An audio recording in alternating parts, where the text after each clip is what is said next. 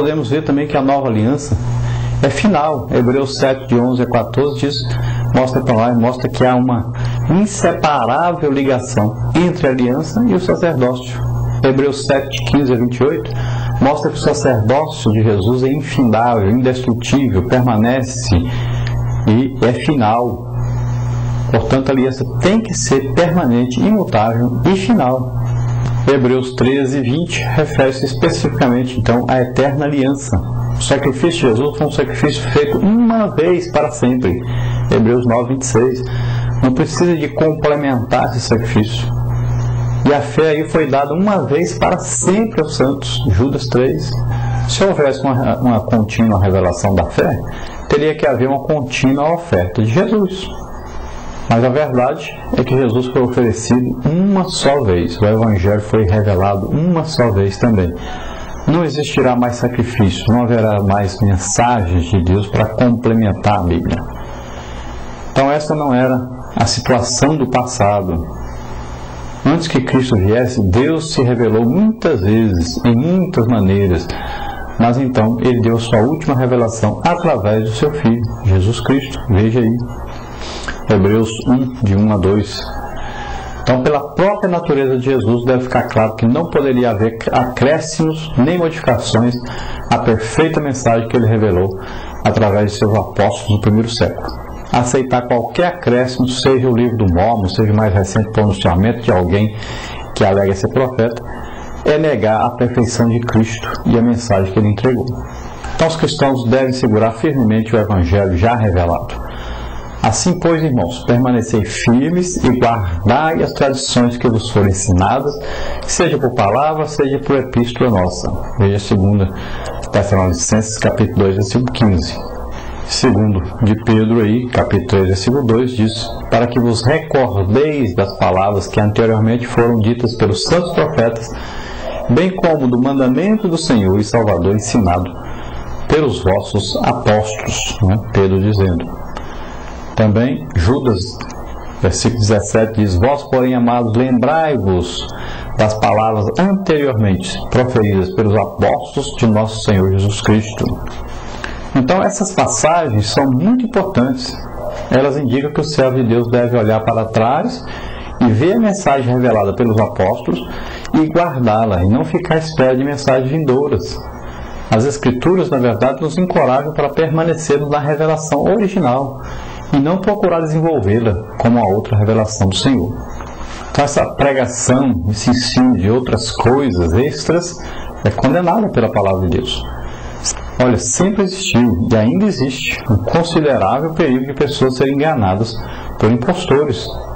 Há uma constante necessidade de testar o professor comparando a sua mensagem com a palavra de Deus já revelada e confirmada. Veja aí Atos 17, 1 de João 4. Deus nos adverte a respeito de confiar em pessoas que afirmam ter recebido um sonho. Veja Jeremias 23, 25 a 32. Também de acreditar em pessoas que pregam a mensagem errada, mas quando elas predizem um acontecimento e esse se torna realidade. Veja Deuteronômio 13, de 1 a 5. Então são mensagens contrárias à palavra de Deus, mas a pessoa que pregou, aí aconteceu um milagre aí, através dele, aí as pessoas acham que tudo que ele está dizendo agora é verdade, é a Bíblia. Através do apóstolo Paulo, qualquer outra pregação, além do que já está escrito, que não condiga com a Bíblia, pode alguém dizer que foi mensagem de Paulo, foi mensagem do anjo do céu e tal, tudo está condenado, é anátema. Veja Gálatas 1, de 6 a 9, veja 1 Timóteo 1, de 3 a 4. Então, não existe outra mensagem, é a Bíblia, que está completa. Se alguém trouxer outra, desconsidere. Não está de acordo com a palavra de Deus, então esqueça isso. Não há mais revelação para ser inserida aí na Bíblia, ou revelação aceita como mensagem de valor igual ao da Bíblia. Devemos nos opor a qualquer mensagem que revela algo a mais ou alguma coisa diferente do que Deus falou no Antigo e no Novo Testamento. Assim, todas as religiões baseadas em alguma outra revelação além da Bíblia são automaticamente rejeitadas e devem ser rejeitadas por todos os crentes e por todas as pessoas. O verdadeiro seguidor do Senhor se lembrará e guardará o que ele tem aprendido do Evangelho. Cuidado então com as mensagens posteriores. Nós vamos então agora para o nosso questionário. Você veja o endereço do site embaixo, onde você pode pegar toda semana, aí a partir de quarta-feira à tarde, você já pode pegar o questionário e distribuir para os alunos, para que eles levem no domingo respondidos.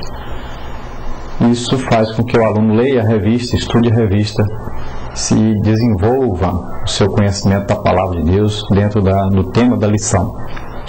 E o professor também pode usar esse questionário para ministrar sua aula, e ele com certeza dará uma aula bem melhor. Vamos ver então.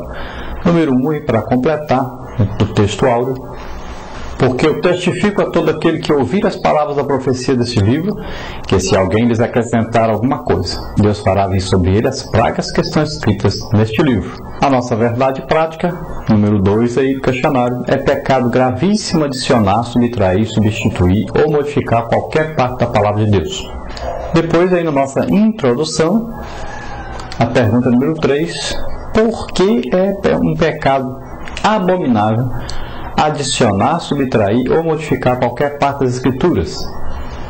Então, porque foi escrita por inspiração e revelação divinas e por ser completa e infalível. Ela é inspirada por Deus. Então, uma coisa que vem direto de Deus, inspirada por Deus, como nós vamos modificar? Aumentar, diminuir? Não, já foi. Já veio, é completa, não precisa mexer. Na primeira parte aí, a completude da Bíblia, na pergunta número 4 é: de quem foi a supervisão e aprovação do que foi escrito em todo o conteúdo bíblico? Então, foi do Espírito Santo. Você veja 2 de Pedro 1, 20 a 21, Isaías 40, versículo 8. Na pergunta número 5, nós temos aí: por que a Bíblia é perfeitamente completa em sua mensagem? Então, porque ela é completa em sua mensagem salvífica e completa em sua mensagem sobre a história humana. Na pergunta número 6, por que a Bíblia é completa em sua mensagem salvífica? Então, porque é completa quanto à mensagem de salvação para o homem perdido, porque está centrada no amor incondicional de Deus à humanidade, também porque Jesus, nosso amado Salvador, é o tema central desse santo livro, e porque nas Escrituras não há lugar para outros salvadores ou mediadores. Toda a Bíblia nos leva, nos dirige a Cristo, para que Cristo nos conduza ao Pai, nos conduza à salvação, à vida eterna. Por que a Bíblia é completa em sua mensagem sobre a história humana?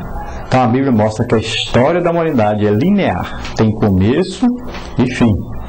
A Bíblia mostra que a partir da criação do primeiro casal, passando pela queda e redenção, por meio de Cristo, a história do homem chegará a seu desfecho num tempo em que a Escritura denomina consumação dos séculos. A Bíblia mostra que após a consumação dos séculos continuará executando seus eternos propósitos para o universo, que são novos céus e nova terra, que surgirão aí. Então a Bíblia vem do princípio do homem até o final, e vida eterna para sempre, ou com Deus, ou vida eterna longe de Deus. Você que decide, você que escolhe. Na parte 2 da nossa revista, aí, da nossa lição, a deturpação então da completude da Bíblia. Quais são as principais deturpações da Bíblia nos dias atuais? Então são por adição, então aumentar alguma coisa; por subtração, retirar alguma coisa; por modificação, modificar alguma coisa ou sentido da Bíblia; e por substituição, substituir então uma palavra por outra. Liga a primeira coluna de acordo com a segunda, de acordo com o tema principais deturpações da Bíblia. Então, número 1, a deturpação da adição. Então, no Apocalipse, Jesus advertiu-nos quanto ao perigo de se adicionar qualquer coisa à palavra de Deus. Então, está escrito: se alguém lhes acrescentar alguma coisa, Deus fará vir sobre ele as pragas que estão escritas nesse livro. Apocalipse 22, 18. Então, a adição aí está falando sobre essa mudança que houve. E cita um exemplo. Existem outras seitas, né? Mas dá um exemplo do Testemunho de Jeová, que substituiu, então, aí, o verbo era Deus, colocaram o verbo era um Deus. Depois vamos ver aí, por subtração. Então diz-nos aí Apocalipse, se alguém tirar quaisquer palavras desse livro, dessa profecia, Deus tirará sua parte da árvore da vida e da cidade santa que estão escritas nesse livro. Apocalipse 22, 19. Então não são poucos os falsos teólogos que têm procurado subtrair da Bíblia partes irrelevantes com a clara intenção de diminuir seu caráter divino e sentido de completude. Depois vamos ver aí por modificação, com a inocente intenção de contextualizar e adaptar mensagens das Escrituras aos tempos pós-modernos. Certas versões da Bíblia têm modificado palavras e até frases inteiras,